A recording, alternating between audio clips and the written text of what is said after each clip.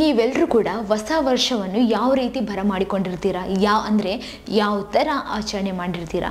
ನಿಮ್ಮ ಪ್ರಕಾರ ನಿಮಗೆ ಅಂತಲ್ಲ, ಎಷ್ಟೋ ಜನಕ್ಕೂ ಕೂಡ ಯಾವ ಥರ ಮಾಡಿರ್ತಾರೆ ಅಂತಂದರೆ, ಕೇಕನ್ನು ಕಟ್ ಮಾಡಿ ಚಿಕನ್ ಮಟನನ್ನು ಮಾಡಿಕೊಂಡು ಬಿರಿಯಾನಿ ಮಾಡಿಕೊಂಡು ಮೋಜು ಮಸ್ತಿಯಲ್ಲಿ ಈ ಒಂದು ಹೊಸ ವರ್ಷವನ್ನು ಬರಮಾಡಿಕೊಂಡಿರ್ತಾರೆ ಮತ್ತು ಆಚರಣೆ ಮಾಡಿರ್ತಾರೆ ಅಂತಲೇ ಹೇಳ್ಬೋದು. ಆದರೆ ಇಲ್ಲಿ ಒಬ್ಬ ವ್ಯಕ್ತಿ ತುಂಬ ವಿಶೇಷವಾಗಿ ಹೊಸ ವರ್ಷವನ್ನು ಬರಮಾಡಿಕೊಂಡಿದ್ದಾರೆ ಅಂತಲೇ ಹೇಳ್ಬೋದು. ಈ ವ್ಯಕ್ತಿಯ ಬಗ್ಗೆ ಹೇಳ್ತೀನಿ. ಇವರು ಎಲ್ಲಿಯವರು ಅಂತಂದರೆ ಯಾದಗಿರಿ ತಾಲೂಕಿನ ಮುದ್ನಾಳ್ ಗ್ರಾಮದ ರೈತರಿವರು. ಇವರ ಹೆಸರು ಉಮೇಶ್ ಮುದ್ನಾಳ್. ಇವರು ತುಂಬ ಪರಿಸರವನ್ನು ಇಷ್ಟಪಡುವಂಥವ್ರು ಅಂತಲೇ ಹೇಳ್ಬೋದು. ರೈತರಂದರೆ ಪರಿಸರವನ್ನು ಇಷ್ಟಪಡದೇ ಇರ್ತಾರ, ಪರಿಸರ ಪ್ರೇಮಿ ಇವರು ಅಂತಲೇ ಹೇಳ್ಬೋದು.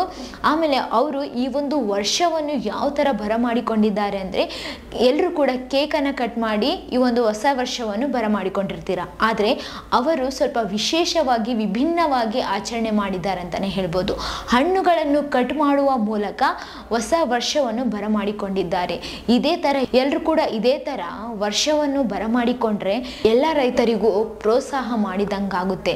ಆಮೇಲೆ ಸುಮ್ಮನೆ ವೇಸ್ಟ್ ಖರ್ಚು ಮಾಡೋಕ್ಕಾಗಲ್ಲ, ಒಳ್ಳೆಯದಾಗುತ್ತೆ. ಇದರಿಂದ ವೇಸ್ಟ್ ಖರ್ಚು ಮಾಡೋದನ್ನು ತಪ್ಪಿಸಬಹುದು ಅನ್ನೋ ಒಂದು ಮಾತನ್ನು ಕೂಡ ಅವರು ಆಡಿದ್ದಾರೆ ಅಂತಲೇ ಹೇಳ್ಬೋದು. ಇದೇ ಥರ ಎಲ್ಲರೂ ಕೂಡ ವಿಶೇಷವಾಗಿ ಒಂದು ವರ್ಷವನ್ನು ಬರಮಾಡಿಕೊಂಡ್ರೆ ಮುಂದಿನ ವರ್ಷಗಳಲ್ಲಿ ಎಲ್ಲ ರೈತರಿಗೂ ಕೂಡ ಪ್ರೋತ್ಸಾಹ ಕೊಟ್ಟಿದ್ದಂತಾಗುತ್ತದೆ. ಹೌದು ತಾನೇ? ಈ ಒಂದು ವಿಚಾರಕ್ಕೆ ನೀವೇನಂತೀರಾ? ಕಮೆಂಟ್ನಲ್ಲಿ ತಿಳಿಸಿ. ಇದೇ ಥರ ಮತ್ತಷ್ಟು ವಿಡಿಯೋಸ್ಗಾಗಿ ನಮ್ಮ ಚಾನಲನ್ನು ಲೈಕ್ ಮಾಡಿ, ಶೇರ್ ಮಾಡಿ, ಸಬ್ಸ್ಕ್ರೈಬ್ ಆಗಿ. Thank you.